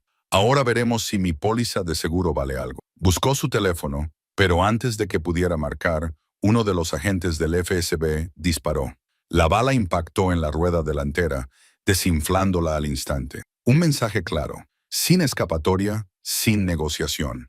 Se habían quedado sin opciones, sin tiempo, y rodeados de gente dispuesta a hacer lo que fuera necesario para recuperar lo que habían venido a buscar. El enfrentamiento duró quizás 30 segundos, aunque pareció una eternidad. Hombres armados rodeaban el Volvo, con las armas apuntando, esperando órdenes. Gunnar podía ver sus rostros a la luz de los faros del sub, profesionales, impasibles, entrenados. Entonces, un hombre se adelantó, más mayor que los demás, con un abrigo largo para protegerse del frío. Se acercó a la ventanilla del conductor y la golpeó con un nudillo. Salvage la bajó lentamente. «Señorita Anderson», dijo el hombre con acento noruego, «hemos estado siguiendo su investigación con interés. Un trabajo muy minucioso. Por desgracia, aquí termina». «No lo creo». La voz de Solve se mantuvo firme a pesar de las circunstancias. «Todo lo que tengo ya está subido. Almacenamiento en la nube, múltiples servidores, distribución automatizada a los medios de comunicación. Si no me presento, me matarán. La noticia se dará a conocer en cuestión de horas». El hombre sonrió sin calidez. «Ya hemos accedido a sus cuentas. Sus interruptores de hombre muerto se desactivaron hace 8 minutos. Nuestro equipo cibernético es muy eficiente». Hizo un gesto a sus hombres. «Por favor, salga del vehículo». Solve palideció. Su farol había sido descubierto. Su póliza de seguro había quedado invalidada. Gunnar vio que sus manos temblaban ligeramente sobre el volante antes de que las estabilizara. «No voy a salir», dijo. «Entonces la sacaremos. El resultado será el mismo, solo que más doloroso para todos los involucrados». El tono del hombre no cambió, clínico y preciso. «Señor Valen, señor Solov, ustedes también. Tenemos mucho que discutir». Christian se inclinó hacia adelante. «Comandante Bulov, creo que podemos llegar a un acuerdo. Los bonos y el diario a cambio de un paso seguro, todos salen ilesos». Así que Christian lo conocía. Eso confirmaba lo que Gunnar había sospechado. Esta traición había sido planeada, coordinada. Probablemente Christian se había puesto en contacto con ellos días atrás, cuando confirmó que Gunnar había encontrado el dinero. Volov negó con la cabeza. «El acuerdo ha cambiado. Ya no necesitamos su ayuda, señor Sokolov. Se ha convertido en un lastre». Las palabras quedaron suspendidas en el aire frío. La expresión de Christian pasó de la confianza a la incertidumbre y al miedo en un suspiro. Le habían engañado igual que él había engañado a Gunnar. «No puede hacerlo», comenzó Christian. Pero Bulov ya se le estaba alejando. «Tiene 10 segundos para salir del vehículo antes de que utilicemos la fuerza». 10, 9, 8. La mente de Gunnar barajó rápidamente diferentes escenarios, todos ellos con un final desastroso. Estaban en inferioridad numérica, tenían menos armas y no había vía de escape. La pistola que tenía en la mano le parecía inútil contra 8 agentes profesionales. Aunque disparara e hiriera a 1 o 2, el resto respondería con fuego abrumador. 7, 6, 5. SBG alcanzó la manilla de la puerta. «Lo siento», le dijo a Gunnar. Realmente creía que tenía suficiente protección. 4, 3. Entonces, desde la oscuridad más allá de los faros, una nueva voz gritó en noruego.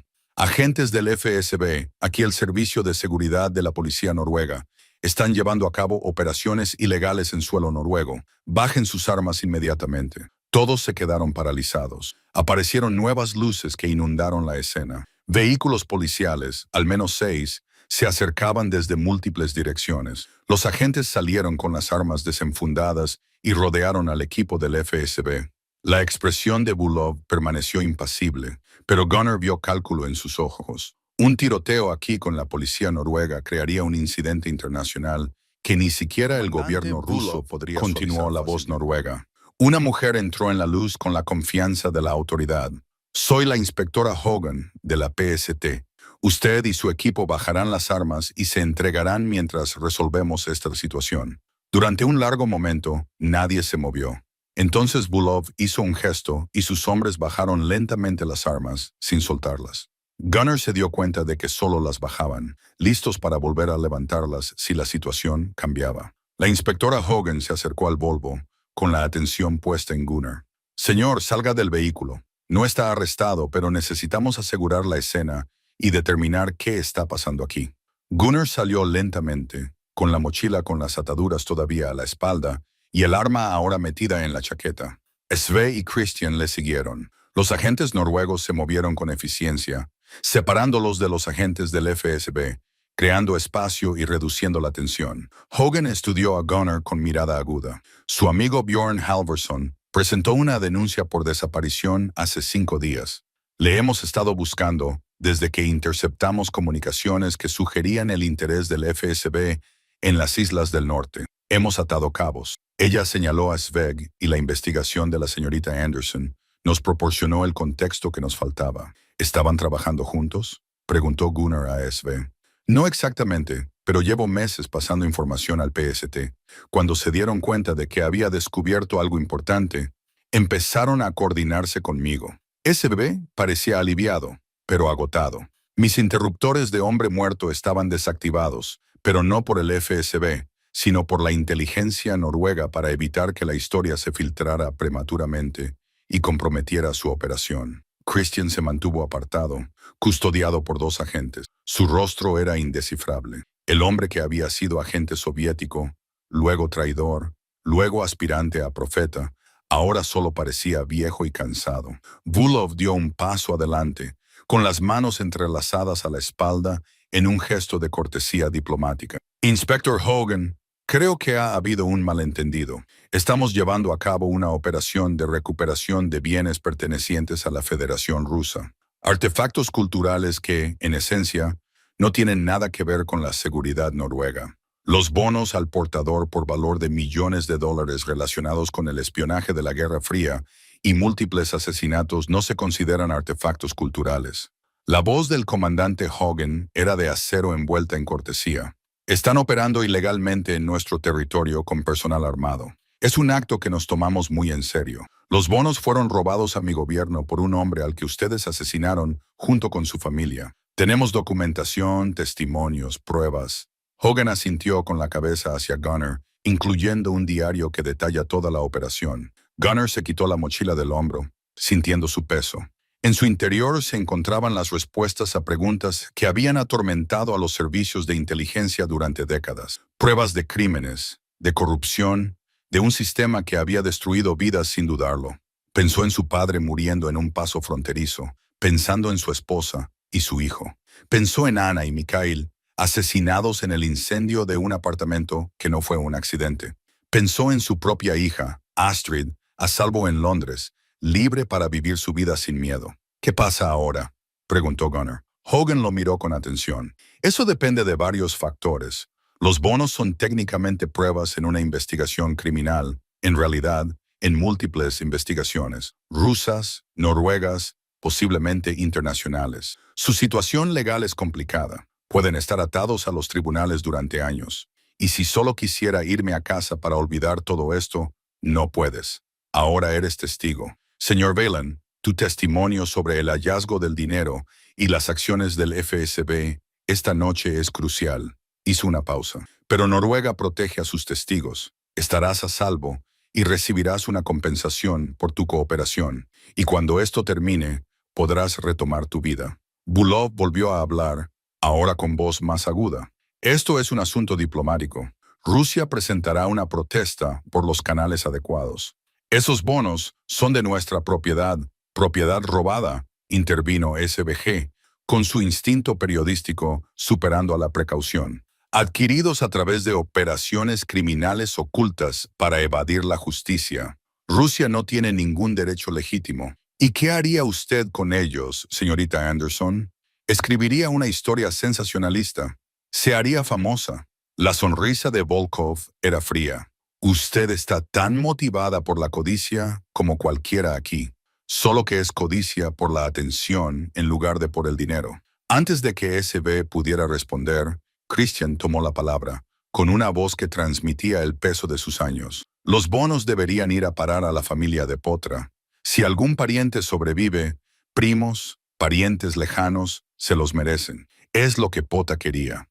Todos se volvieron para mirarlo. Gunner vio algo en el rostro del viejo espía. Arrepentimiento genuino, tal vez incluso redención. Después de 34 años viviendo con mi fracaso y para salvarlos, eso es lo único que tiene sentido, continuó Christian. Esta noche traicioné a Gona porque soy débil, porque estoy cansado de huir. Pero Pota era fuerte. Se merece algo mejor que ver su sacrificio convertido en una lucha burocrática o en la primicia de un periodista. Hogan asintió lentamente. En realidad no es mala idea.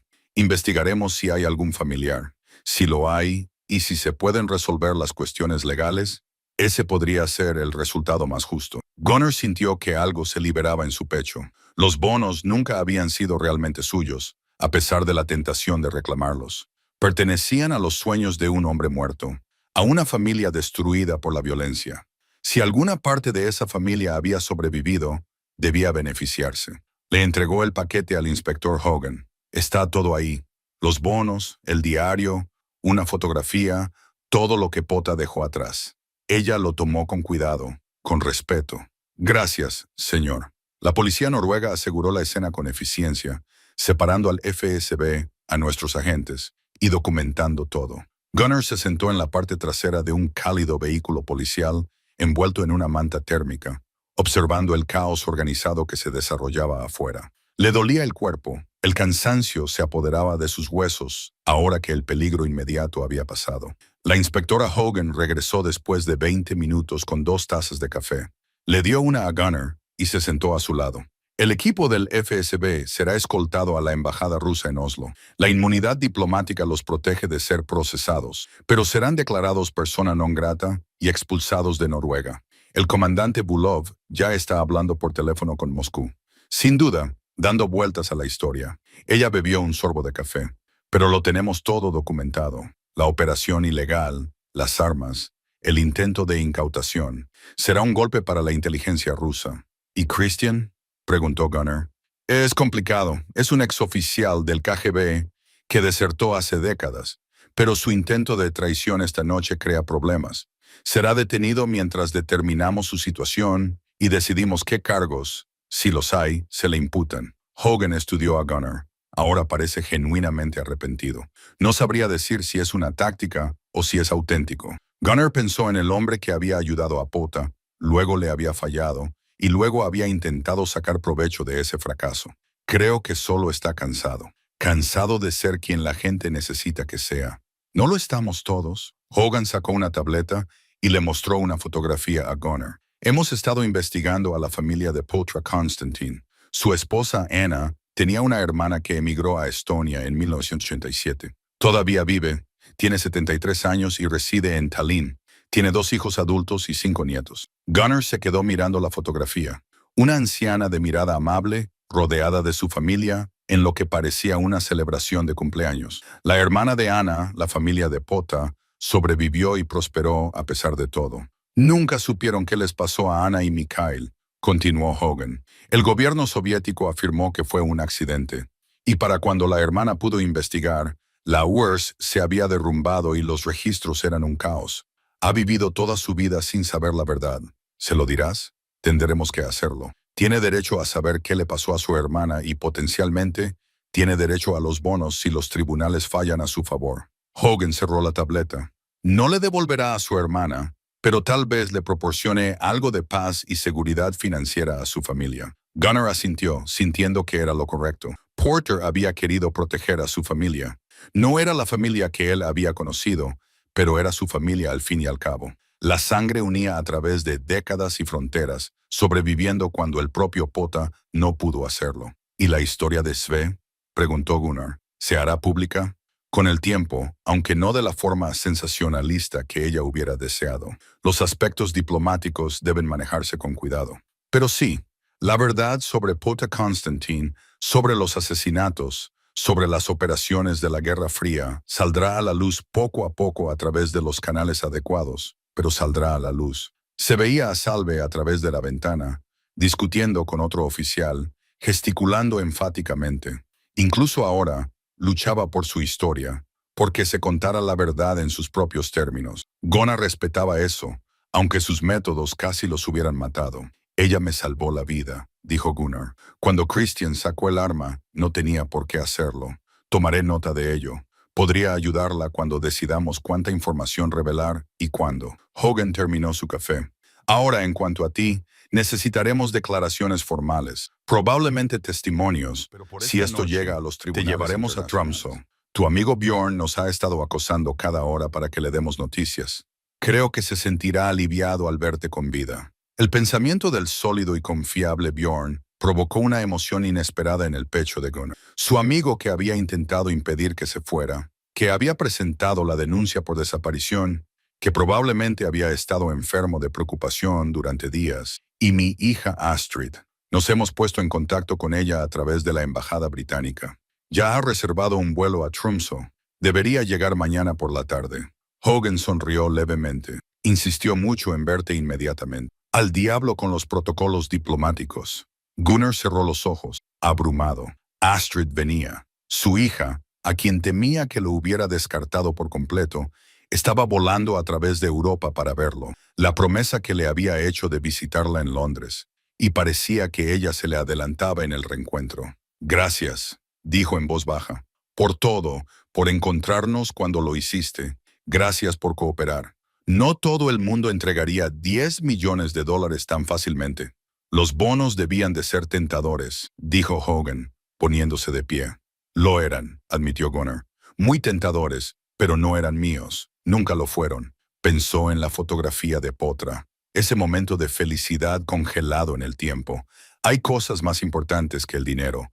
Afuera, los vehículos del FSB eran escoltados por la policía noruega. Volov estaba sentado en la parte trasera de uno de ellos, con el rostro visible a través de la ventana, inexpresivo, ya planeando su próximo movimiento. Los hombres como él nunca se detenían, nunca aceptaban realmente la derrota. Pero, al menos por esta noche, había perdido.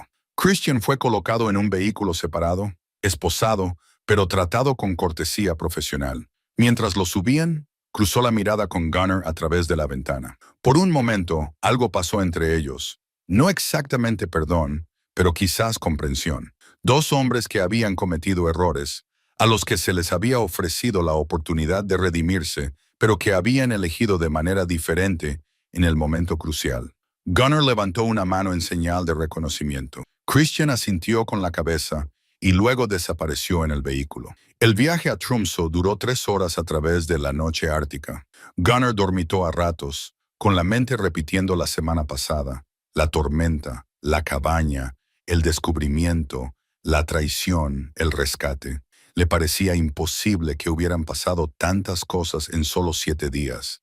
Había abandonado Tromsø como un hombre destrozado que huía de sus fracasos. Regresaba como alguien diferente, aunque aún no sabía muy bien cómo. Llegaron al amanecer, con el cielo tornándose gris, y se detuvieron frente a un pequeño hotel cerca del puerto. El inspector Hogan le había reservado una habitación, seguridad, todo lo que necesitaría mientras procesaban sus declaraciones.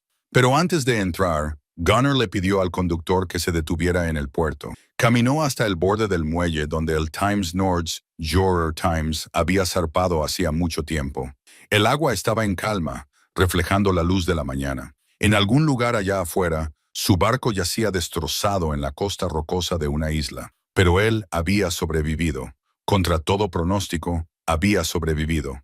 Sacó la brújula de su padre. El cristal aún estaba roto por el naufragio. La aguja giró brevemente antes de detenerse en el norte. Seguía funcionando, seguía siendo precisa, seguía indicando el camino a casa. «He encontrado el camino de vuelta, papá», susurró Gunnar al recuerdo de su padre. «Ha sido un largo camino, pero lo he conseguido». Detrás de él, una voz familiar lo llamó. Gunnar. Se giró y vio a Bjorn corriendo por el muelle, moviéndose más rápido de lo que debería un hombre de 62 años, con una mezcla de alivio, ira y alegría en el rostro.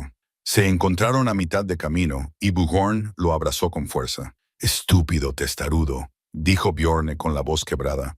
«Creía que habías muerto». «Lo sé, lo siento». Gunnar abrazó con fuerza a su amigo. «Debería haberte escuchado. Debería haberte llamado. Debería haber hecho todo de otra manera». «Sí, deberías». Bjorn se apartó, agarró a Gunnar por los hombros y lo examinó en busca de heridas. «Pero estás aquí. Estás vivo. Eso es lo que importa». «Estoy aquí», asintió Gunnar, «y no voy a ir a ninguna parte. Al menos por ahora». Caminaron juntos de vuelta al hotel, dos viejos amigos reunidos mientras el sol ártico continuaba su lento ascenso sobre el puerto. Detrás de ellos, el mar se extendía infinito, hermoso, peligroso y por fin, en paz. Habían pasado 6 meses desde aquella noche en la carretera costera, y Gunnar se encontraba de nuevo en el puerto de Tromsø. Pero ahora todo parecía diferente.